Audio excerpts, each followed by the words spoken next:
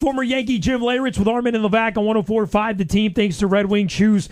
Every single Wednesday at 5:15, Yankees beat the Royals today 4-2. They swept Kansas City 3 games in a row now. They have won. And Jim, the question Levack and I are trying to figure out is we were told that this team was built with a defensive mindset, but yet they're third in the majors now with home runs. Is there ever a time during a season that a manager will say, you know what, we're changing the way we operate. We're becoming an offensive team. Even though we thought we were going to be defensive, we're going to become an offensive team because that is what we have developed ourselves to be this year.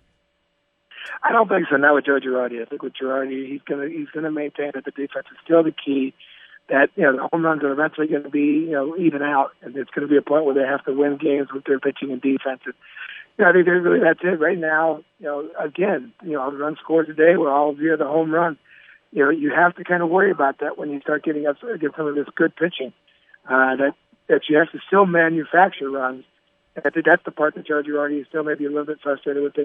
This team, even though they've won 3 in a row, they have not been producing the runs via anything other than the home run.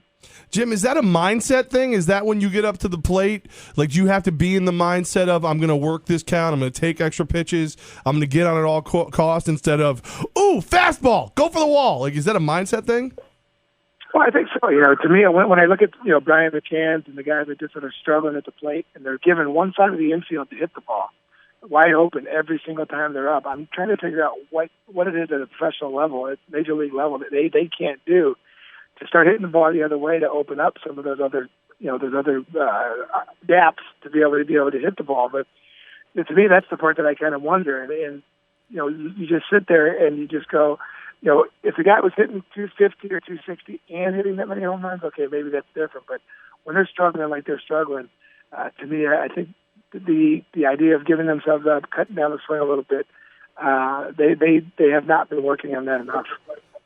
Is it a situation like I've been yelling on the air that I'm so sick of the shift, and the only way to get rid of it is for some of these guys who can't hit the other way to just drop down and bunt? Like, should these guys just start bunting against the shift?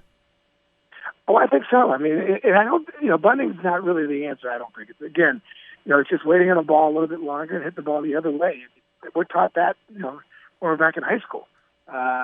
It's just a matter of hitting a couple balls that way, making the effort to hit the ball that way, and to make that shift change a little bit so you have a few more holes.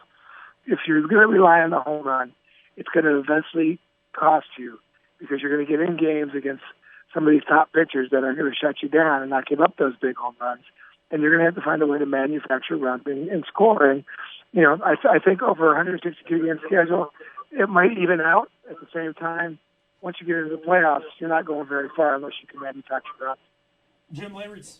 Jim Leyritz, thanks to Red Wing Shoes with Armen and Levack every Wednesday at 5:15 on your home for Yankees baseball, 104.5 The Team. The Yankees beat the Royals today 4-1. Jim, on Sunday night, it was Bernie Williams' night at Yankee Stadium. What was it like watching Bernie get his number retired and have a night where he was honored? It was just Bernie night, baby.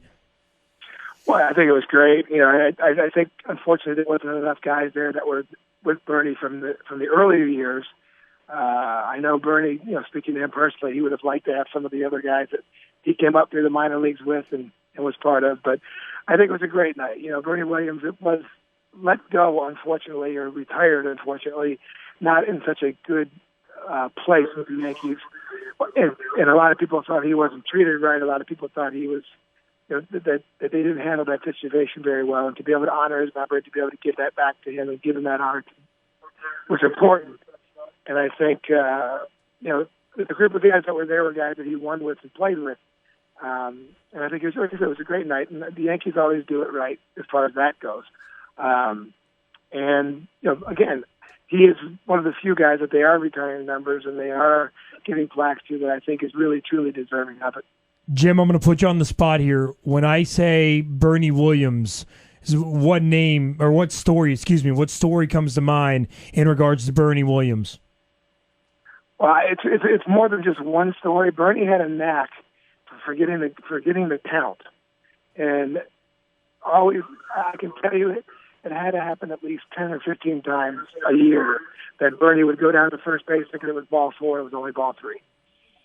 And to me, that was the greatest of the stories. People, we used to look at Bernie and go, this guy is such a great five-tool guy, except for he didn't have quite the arm that most center fielders did. But everything else he did was so great. And then just to forget to count. And, the joke with Bernie Williams was Bernie was a deer in headlights. And that was our big joke when Bernie first came up. That's awesome.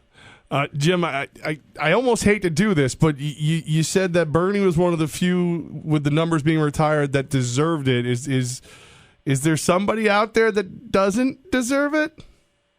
Well, I just think they're just retiring too many numbers. I think the bottom line, Monument Park and the retired numbers are guys that are the Derek Jeter, the Mariano Rivera status, guys who have not only changed the game, in New York, but also changed the game, universally, and dominated to the point of excellence.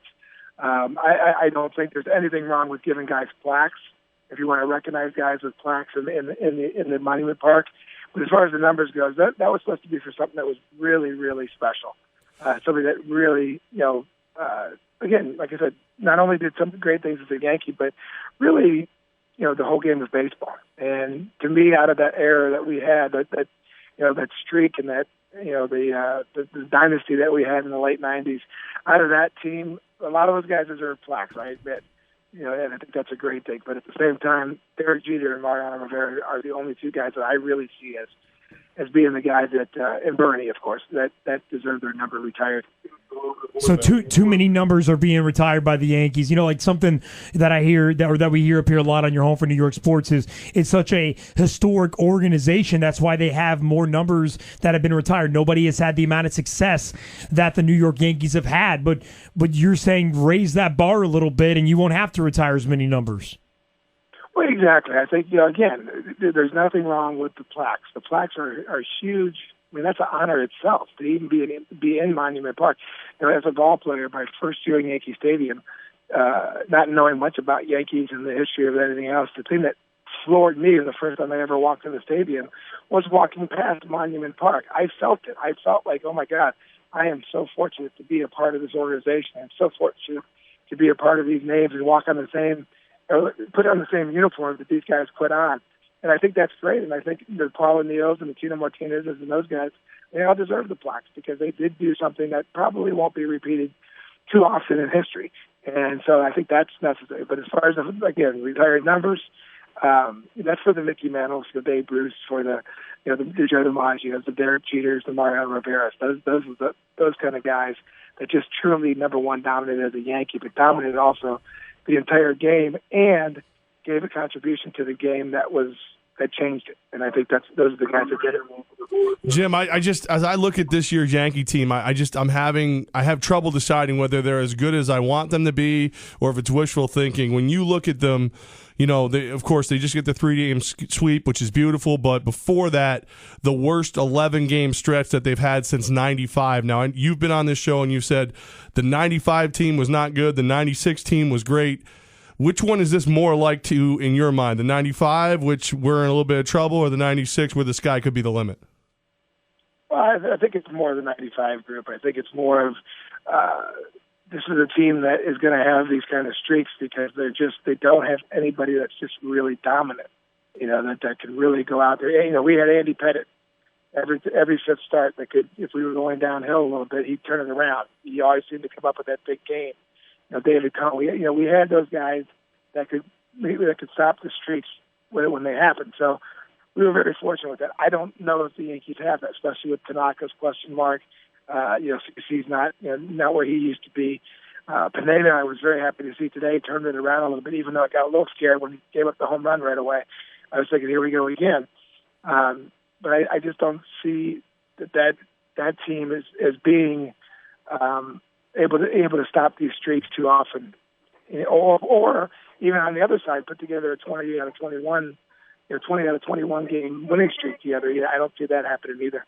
He's former Yankee two-time World Series champion Jim Leyritz with Armen and Levack, presented by Red Wing Shoes every Wednesday at 5:15. We're just like the Yankees. Excellence is a standard at Red Wing Shoes in Clifton Park Center. Go see them today. Visit them online at cliftonpark.redwingshoestore.com. They can fit your feet, your job, your hobby, and your wallet. Jim, good talking to you, man. And I know you're at the airport, so safe travels to you as well. No, I will. I'm starting to work out and get in shape because I got to be ready for June 20th. So. Yes. Yeah.